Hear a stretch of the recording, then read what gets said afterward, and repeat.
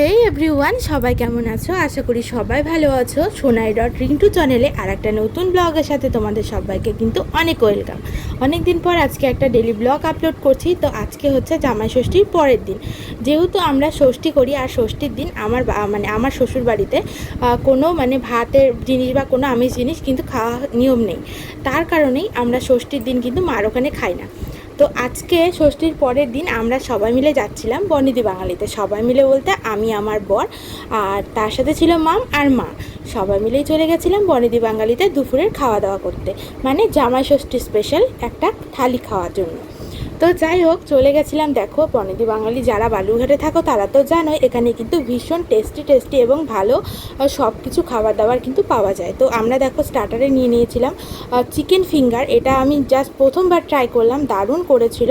সেটাকেই আমি একটু খেয়ে দেখছিলাম।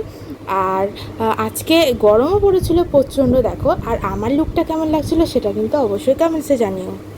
প্রতিবার কিন্তু মা আমাদেরকে বাড়িতেই খাওয়ায়, কিন্তু এবারে মার ইচ্ছে হয়েছে যে মা রেস্টুরেন্টে নিয়ে গিয়ে থালি অর্ডার করে খাওয়াবে।